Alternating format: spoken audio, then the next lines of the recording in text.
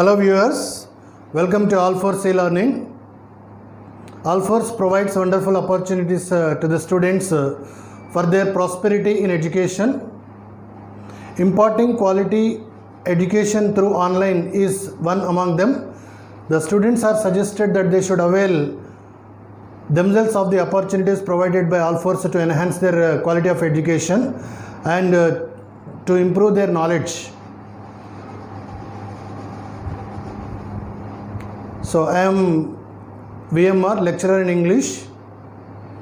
I would like to give a lecture on one of the grammar topics of second year English.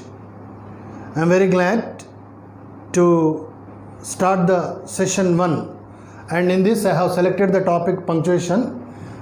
The topic is very much important to enhance one's writing skills. Before we start, let us have a glance on the sentences on the board.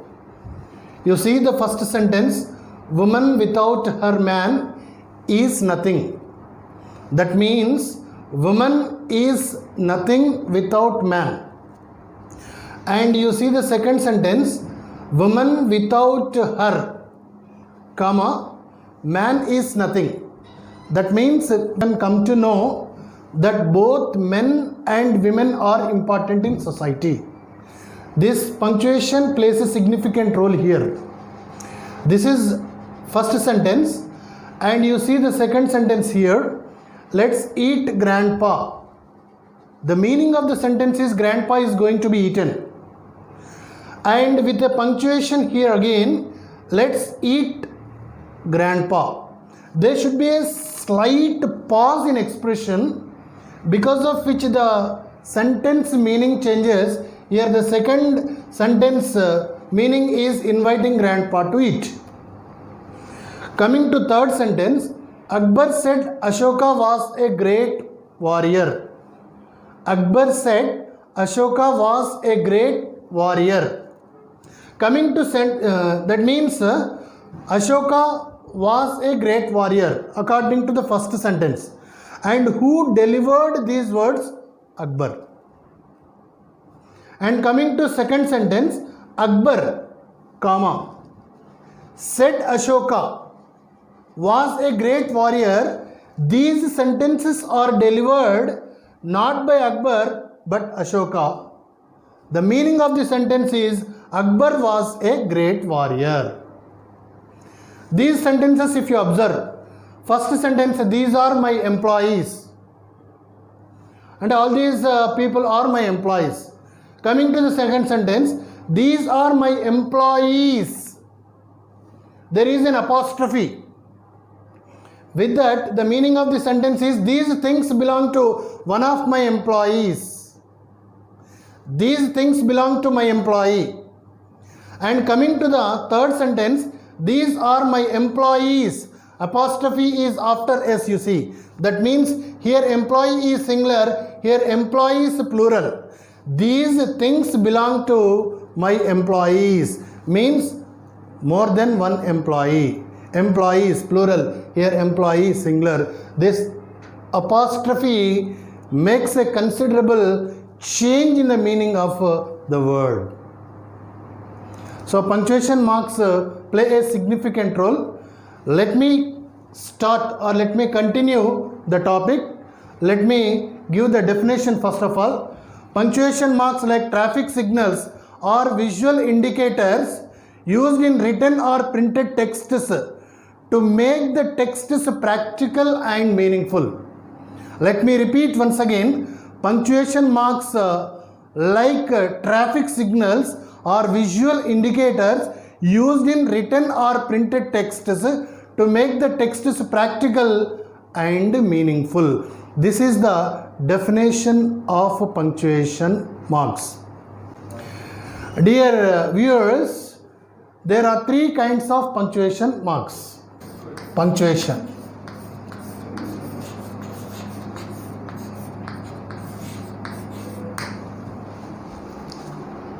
Number 1, end punctuations.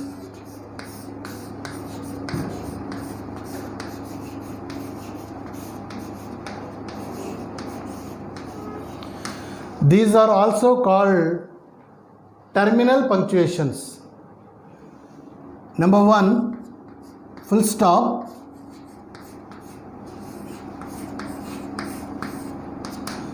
Number 2, question mark.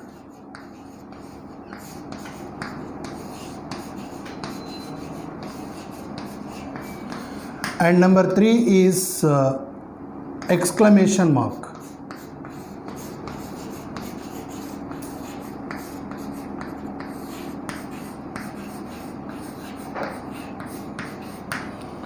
So we can put a dot that indicates the full stop, and you know very well question mark, and this is exclamation mark.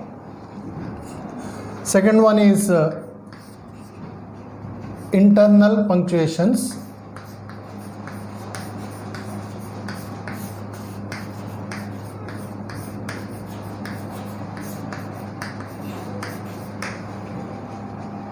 Semicolon,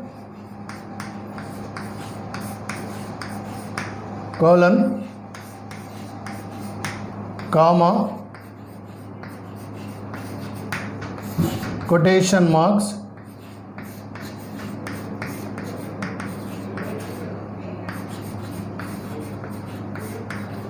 and ellipses. And number 3 is word punctuations.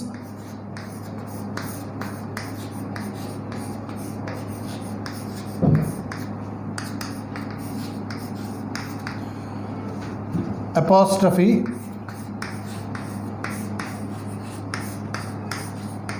hyphen,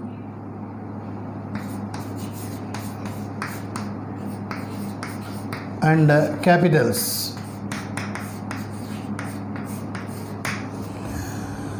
3 kinds of punctuation marks: end punctuations, internal punctuations, and word punctuations.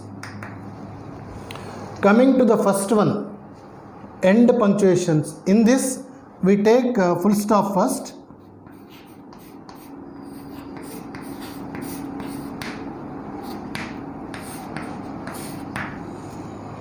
It is also called as period in American English. Full stop is also called as period in American English, and in British English it is called as full stop. It indicates the longest pause. Full stop or the period indicates the longest pause and is always placed at the end of the sentence. When there is a full stop, it means the sentence is completed. Okay, uses of full stop. Where we use full stop at the end of declarative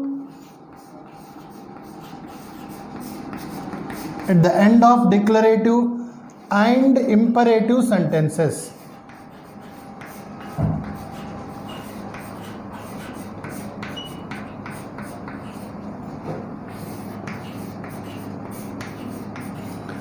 At the end of declarative and imperative sentences. What is meant by declarative sentences? The sentences which declare are known as declarative sentences, and we can also say all statements are known as declarative sentences. A declarative sentence may be an affirmative sentence, which is a positive sentence, or negative sentences, which are negative sentences. We can read out plenty of sentences. Every statement is a declarative sentence. Radha is a beautiful girl.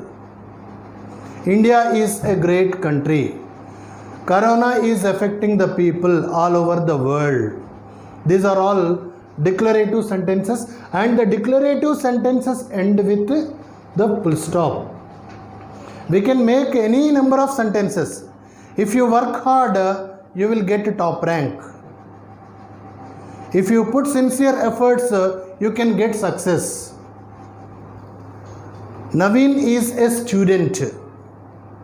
And coming to imperative sentences, The sentences which begin with a verb is called as an imperative sentence. And there should be an imperative mood. What are imperative moods? That may be an order, that may be a request, that may be a command, or that may be an advice. Suppose let me say, come here. This is the sentence, come here. This is an imperative sentence because it begins with the verb, and the imperative sentence ends with a full stop. And in imperative sentence, the implied subject is always the second person, that is you. This is very clear that full stop is used at the end of declarative and imperative sentences. We can read out many number of sentences and we have to practice like that. Stop talking, don't make a noise. That may be positive sense or negative sense. Don't talk more here, get out of the classroom. Stand there, sit here, do your homework, come here, go there, keep quiet. Like that many sentences we can make. So this is the first use of the full stop. And next one is, full stop is used in abbreviations and after initials. You can take many number of abbreviations. For example, you take MSc. In between these two letters, there is a full stop you see here. M means master, SC means science, master of science. So in the same way, MA, master of arts. So after initial also we take S Ramu. So if there is no full stop, it may be called Sramu. Therefore there should be a full stop here, S Ramu. And to separate hour from minute and date from month and year, there also we use the full stop. For example, college starts at 8:15 AM. This is ante-meridian. In between these, in between the hour and minutes, there will be a full stop. India got independence in 1947. That you know very well. And if you write the sentence like this, 15/8/1947. After declarative and imperative sentence, in abbreviations and to separate hour from minute and date from month and year, we use full stop. Full stop is also called as a period in American English. Full stop is one of the end punctuations. And dear viewers, you should also know omission of full stop. For example, if you take an acronym, suppose let me write the word here, SAARC is a word. SAARC, South Asian Association for Regional Cooperation. There won't be any full stop in between, you observe. Okay, so in the same way, we can take VAT, that means value added tax. There won't be any full stop. Full stop is omitted. And when the capital letter in the abbreviation does not stand for complete word, when the capital letter in the abbreviation does not stand for complete word, then also full stop is omitted. For example, you take TV. We don't put any dot in between these two letters. That means television. Tele is not a complete word. So in the same way, we can take another one, that is TB, tuberculosis. So this is pertaining to, and in newspaper headlines also we don't find any full stop. You know very well, many of you read newspapers, you can observe there won't be any full stop on the headings of newspaper. Heat waves persist till June. Corona is a pandemic. Corona is affecting people all over the world. There won't be any full stop in heading if you observe. This is pertaining to full stop. You might have understood what full stop is and its rules. Now coming to question mark. Okay.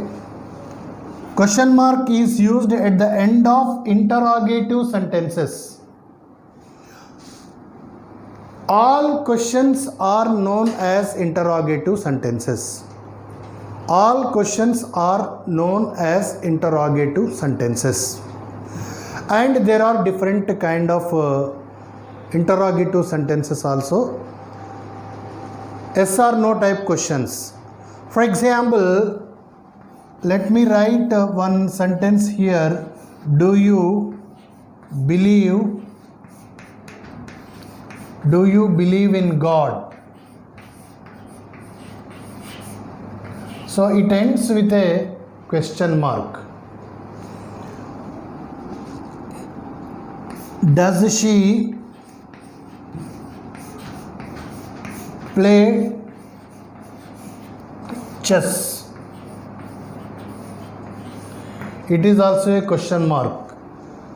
According to the tense, the helping verb changes. Did he write the exam?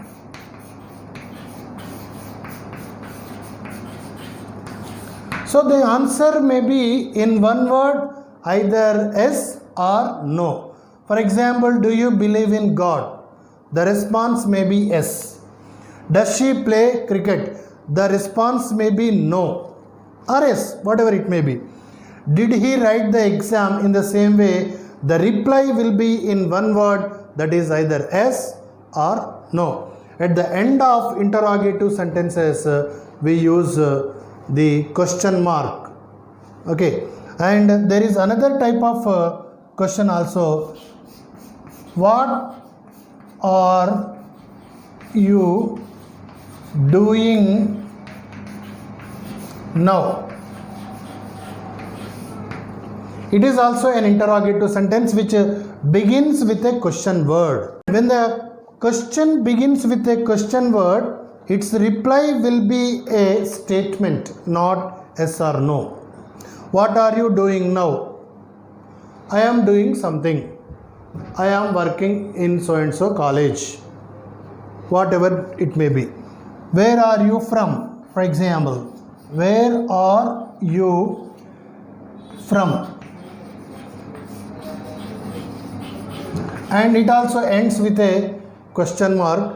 And here, where are you from? The reply will be, I am from Karimnagar. And the second use of these, this question mark is, it is used in question tags and similar words. For example, he plays cricket. He plays cricket. What is its question tag? Doesn't he?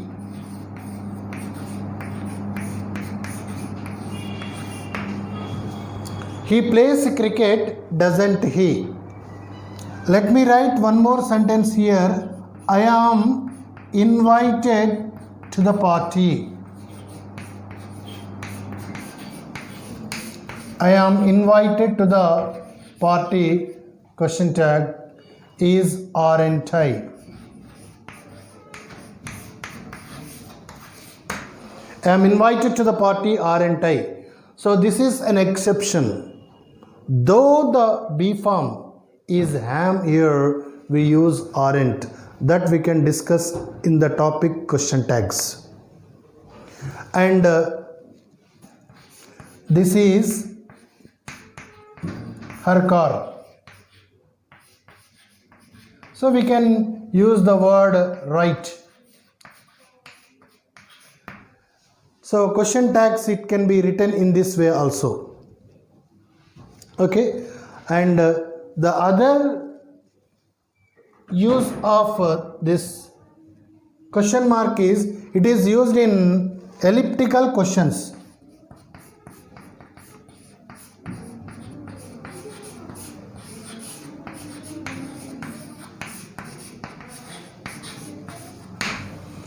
Elliptical questions. Suppose let me write doing well.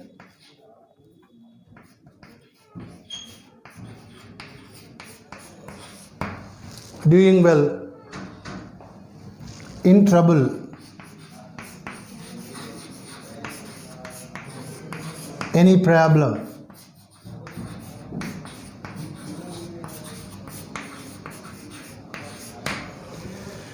Doing well, in trouble, any problem.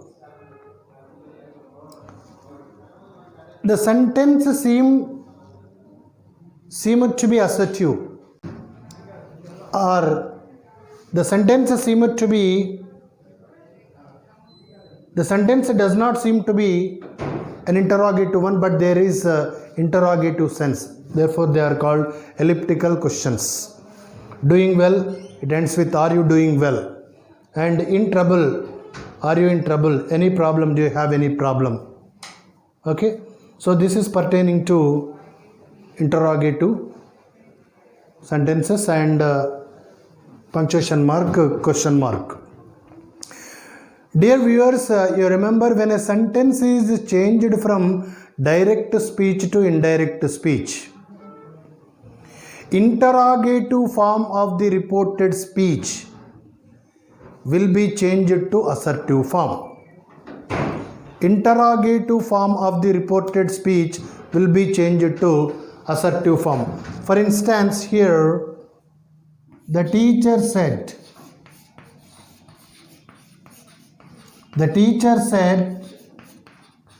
comma, inverted commas, where have you gone?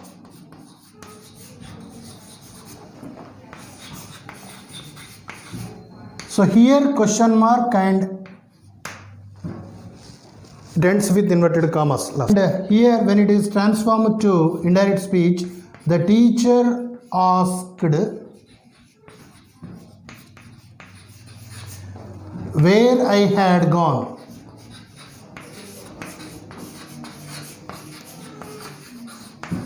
But here we don't write question mark, because when a sentence is changed from direct speech to indirect speech, interrogative form will be changed to assertive form. Therefore, it ends with full stop.